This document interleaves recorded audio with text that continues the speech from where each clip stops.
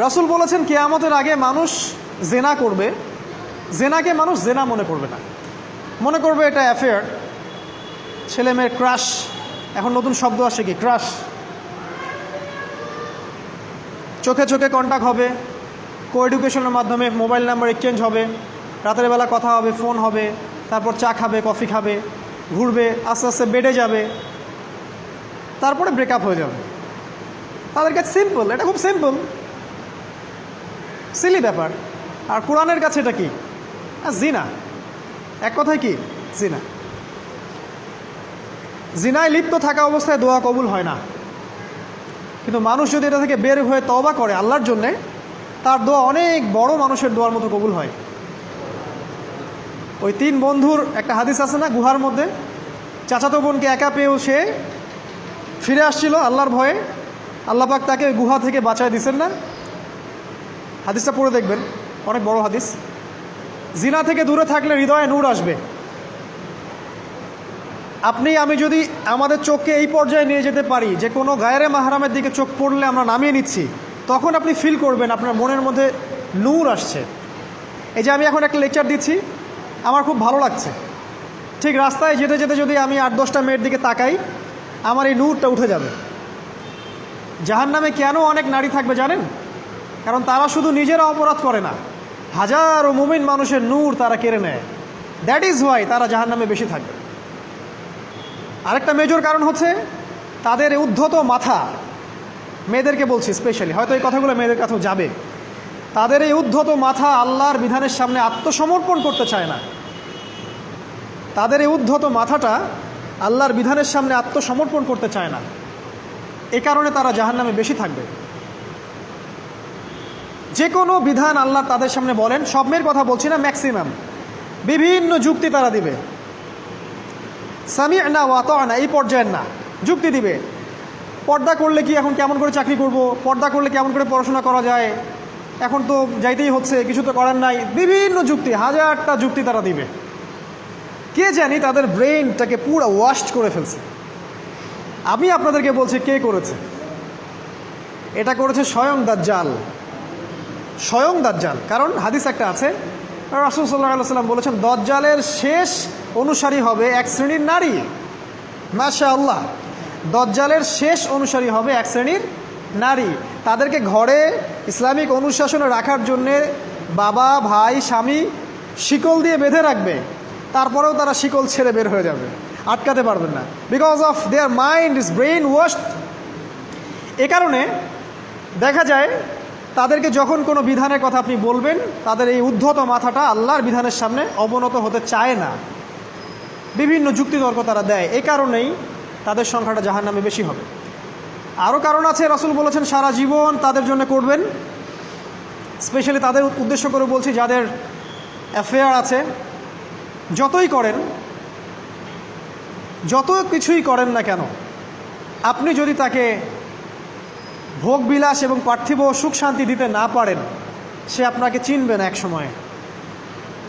আপনি যদি আমাদের কথা বিশ্বাস না করেন, লিখে রাখতে পারেন।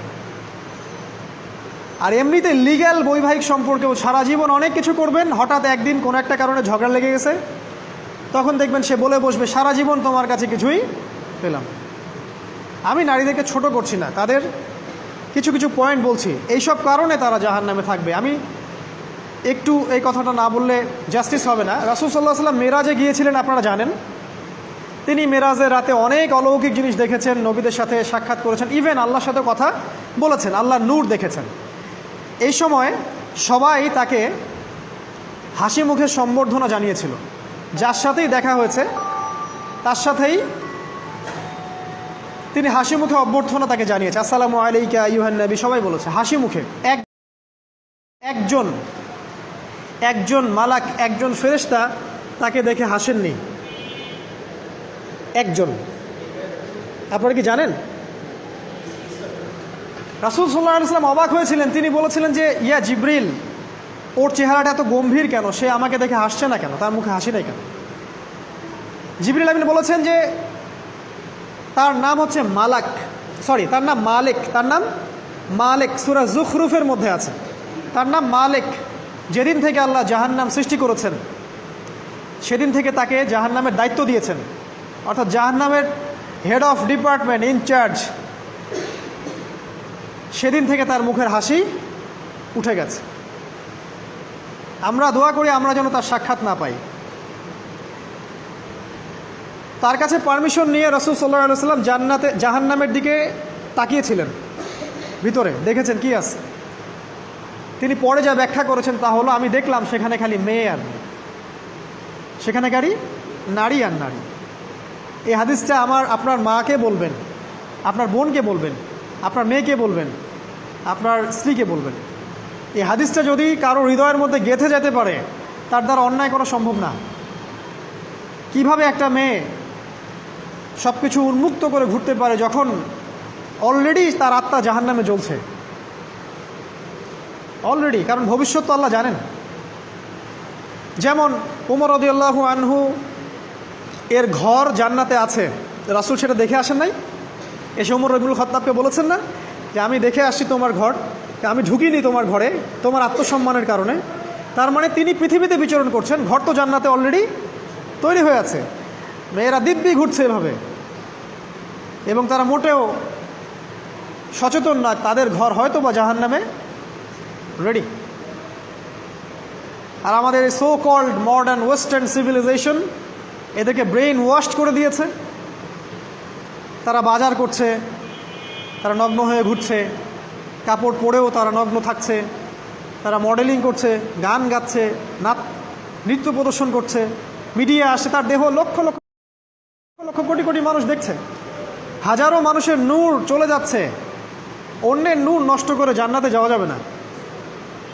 রাসূল সাল্লাল্লাহু আলাইহি ওয়াসাল্লাম যে আলামতগুলো বলেছেন তার মধ্যে অন্যতম একটা আলামত হচ্ছে শেষ জামানায় মেয়েদের সংখ্যা বাড়বে, ছেলেদের সংখ্যা কমে যাবে। ইভেন একটা ছেলে 40টা মেয়ের দায়িত্ব নিবে। এটা আবার ভাববেন না 40টা ওয়াইফ, মা, খালা, নানি, ফুফু সব মিলায় 40। আর সামনে যে মহাযুদ্ধটা হতে যাচ্ছে এরপরে এরকমই একটা অবস্থা হবে যে ছেলেদের সংখ্যা পৃথিবীতে থাকবে না, খুব কম, এবং বেশি বেশি মেয়ে একটা ছেলের কাঁধে চলে আসবে। এখন অবশ্য আমাদেরকে ওই যে পশ্চিমারা শিখিয়েছে একটা ছেলে একটা মেয়েকে বিয়ে করবে। জেনা অনেকজনের সাথে করতে পারে, বাট বিয়ে একজনকেই করতে হবে। এখনও যদি কোনো হুজুর বা কোনো ব্যক্তি, হুজুর না, কোনো আলেম, কোনো স্কলার বা যে কোনো ব্যক্তি দুটা বিয়ে করে, মানুষ মনে করে something is wrong, something is wrong with him. এই লোকের কোনো সমস্যা আছে মনে হয়, এর মানে চরিত্র ভালো না, এর মনে একটা দিয়ে আকাঙ্ক্ষা পূরণ হয় না, something is wrong with him, তাই না? এই চেতনাটা দজ্জাল শিখিয়েছে এদেরকে। একটা ছেলেকে তৈরি করা হয়েছে সে যেন অনেকগুলা মেয়েকে বিয়ে করার ক্ষমতা রাখে, এভাবেই তাকে তৈরি করা হয়েছে। নাহলে আল্লাহ কখনোই 4, 3, 2 বলতেন না। হ্যাঁ, যদি আমি সমতা করতে না পারি তাহলে কি একটা কথা বলি, এই সাবজেক্টটা আপনাদেরকে হয়তো কেউ পড়ায় না। একটা বিয়ে করেও একটা ছেলে মিলকেল ইয়ামিন রাখতে পারে। মিলকেল ইয়ামিন মানে হচ্ছে দক্ষিণ হস্তের মালিক। মেয়েটাও জানবে আমি মিলকেল ইয়ামিন, ছেলেও জানবে সে আমার মিলকেল ইয়ামিন। এভাবেও একটা ছেলে একটা মেয়ে সিকিউরিটি, শেল্টার, ফুড সব কিছু পেতে পারে। এটা এখন উঠে গেছে, একটা সময় এগুলো ছিল। রাসূলুল্লাহ সাল্লাল্লাহু আলাইহি ওয়াসাল্লামের একটা ছেলে ইব্রাহিম, রাসূলের একজন ছেলে ইব্রাহিম কার গর্ভে জন্ম নিয়েছিলেন? কার গর্ভে জন্ম নিয়েছিলেন? রাসূলের জীবনী পড়তে হবে A to Z কয়েকবার, কমপক্ষে, আর রাহিকুল মাখতুম বইটা পড়তে হবে। মারিয়া কিপ্তির গর্ভে জন্ম নিয়েছিলেন। মারিয়া কিপ্তি একজন দাসী। এই দাসী মানে কাজের মেয়ে না, এটাকে বলা হয় মিলকেল ইয়ামিন, দক্ষিণ হস্ত। পারস্যের রাজা মিশরের রাজা দুজন দাসীকে রাসূল সাল্লাল্লাহু আলাইহি সাল্লামের কাছে উপহার দিয়েছিলেন। তার একজনকে রাসূল সাল্লাল্লাহু আলাইহি সাল্লাম নিজের করে নেন, বিয়ে করে নেন। তার গর্ভে জন্ম নিয়েছিল পুত্র ইব্রাহিম। এই সাবজেক্টটা আপনাদেরকে কে পড়াবে এখন? ইভেন এখন আলেম ওলামাও দুটো বিয়ে করতে ভয় পায়, মনে করে যে সমাজের মানুষ আমাকে কি বলে না বলে। সবচেয়ে বড় কথা হচ্ছে এই কাজ করার জন্য ব্যাকবোন শক্ত থাকা দরকার। ব্যাকবোন মানে মেরুদণ্ড, স্টিলের মতো, তাহলে এই কাজ করতে পারবেন। নারীর সংখ্যা যে বাড়বে 40x1 হবে, তখন এই 39টা মেয়ে কী করবে?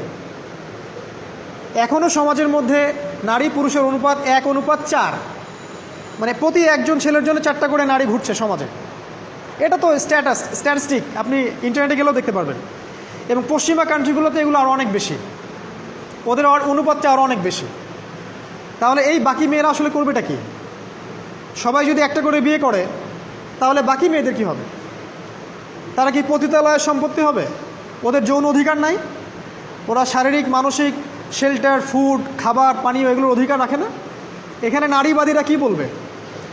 সব নারীবাদী, এদেশের যত নারীবাদী আছে, সেকুলারিজম, এই নারীবাদীরা বেশিরভাগই দজ্জালের এজেন্ট। নিজ হাতে দজ্জাল ট্রেনিং দিয়ে এদেরকে তৈরি করেছে। আপনারা হয়তো ভাবছেন দজ্জাল তো এখনো বের হয় নাই, ট্রেনিং দিল কিভাবে? আমরা কি ইবলিসকে দেখি? ইবলিস নাই, ওর অস্তিত্ব নাই। এখানে ফেরেশতারা ঘিরে রাখছেন, এটা দ্বীনি মজলিস, কেউ দেখতে পাচ্ছি? তাদের অস্তিত্ব কি অস্বীকার করতে পারেন? দাজ্জালও এরকমই একটা এভিডেন্স, এরকম একটা সোল। সে অলরেডি রিলিজড, সে শুধু মানুষের রূপে আমাদের সামনে আসেনি, সামনেই আসবে। একজন ইহুদির যুবকের বেশ ধরে সে সামনে আসবে। কিয়ামতের এভিডেন্স হচ্ছে নারীর সংখ্যা বাড়বে, পুরুষের সংখ্যা কমে যাবে। আরেকটা এভিডেন্স হচ্ছে নারী পুরুষের পোশাক পরবে, পুরুষ নারীর পোশাক পরবে। পোশাক মানে কি? জিন্স আর গেঞ্জি? হ্যাঁ, এটাও একটা ব্যাখ্যা। ঢাকায় তো জিন্স আর গেঞ্জি চলছে, টি শার্ট। এখানে অন্য একটা ব্যাপার আছে, আমি সেটা আপনাদেরকে আজকে বলছি। সেটা হলো, এটা শুধু এই পোশাক বলতে শুধু গায়ের পোশাক বোঝানো হয়নি। আল্লাহ বলেননি নারীরা তোমাদের পোশাক, তোমরা নারীদের পোশাক। তার মানে কি? না এটা নারী, এটা আমার ওয়াইফ। নো, কোরআনের আয়াত এবং হাদিসের আয়াতগুলো দুই রকম। মুহকামাত যেগুলো স্পষ্ট, মুতাশাবিহাত যেগুলো অস্পষ্ট, যেগুলোকে তাউইল ব্যাখ্যা করতে হয়। আর তাউইল কারা করবে? যাদেরকে আল্লাহ জ্ঞান দিয়েছেন তারা করবে, সবাই করবে না। তাউইল করার পরেও তারা বলবে আল্লাহই ভালো জানেন। এজন্য আমি বলছি আল্লাহই ভালো জানেন, কিন্তু আমার ব্যাখ্যা হচ্ছে যে এখানে পোশাক বলতে বোঝানো হয়েছে যে মেয়েরা সামাজিক, অর্থনৈতিক, রাজনৈতিক সমস্ত ক্ষেত্রে ছেলেদের নেতৃত্বের আসন নিয়ে নিবে। You are agree with me? আমার সাথে এগ্রি করেন? পরিবার, সমাজ, রাষ্ট্র, সব জায়গায় they will play the functional role of male in society. তারা সমাজে পুরুষের ফাংশনাল রোলটা প্লে করবে, আর পুরুষ নারীর জায়গায় চলে আসবে। ওই যে পিছনে গিয়ে ইয়াস স্যার সামিয়ানা ও আতোয়ানা, এই হবে অবস্থা। এগুলো কি আমরা দেখতে পাচ্ছি? ব্যাখ্যা করার দরকার নেই, তবে একটা হাদিস না বললে ইলমের জাস্টিস হবে না। সেটা হলো আল্লাহ রাসূল সাল্লাল্লাহু আলাইহি ওয়াসাল্লাম বলেছেন, কোনো কওম ততক্ষণ পর্যন্ত সফল হতে পারে না যতক্ষণ পর্যন্ত তাদের নেতৃত্ব দিবে একজন নারী। হাদিস কি আছে এটা, নাকি বানায় বললাম? তাদেরকে বুখারী খুলে দেখতে বলেন।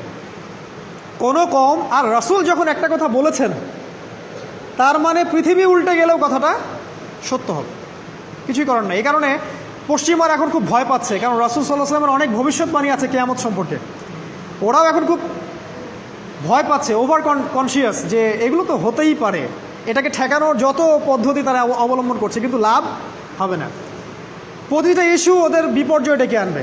যে কোনো ইস্যু হোক, সেটা প্যালেস্টাইন বা কাশ্মীর হোক, সেটা আফগানিস্তান বা পাকিস্তান বা বাংলাদেশ বা বার্মা, কোনো ইস্যুই তাদের জন্য কল্যাণ বয়ে আনবে না। যদি কল্যাণ বয়ে আনে, শুধু মুসলিমদের জন্যই আনবে, কারণ প্রতিটা অন্ধকারের পিছনে একটা সোনালী সকাল আছে। এটা ওরা জানে না, কিন্তু কোরআন এবং হাদিস এটা আছে। অতএব কেউ ধৈর্যহারা হবেন না, ধৈর্যহারা হবেন না, এবং অধৈর্য হয়ে কোনো ইনিশিয়েটিভ নেবেন না, এমন কোনো ইনিশিয়েটিভ নেবেন না যার কারণে উম্মার ক্ষতি হয়। কারণ সামনে যে সময়টা আসছে এটা আমাদের বিজয়ের সময়, ওদের বিজয়ের সময় নয়। All you have to do, আপনাকে শুধু এতটুকু করতে হবে, জাস্ট বি প্রিপেয়ার ইউরসেলফ। নিজের প্রস্তুতি নিজে নেওয়া শুরু করেন, কারো দিকে দেখার দরকার নেই।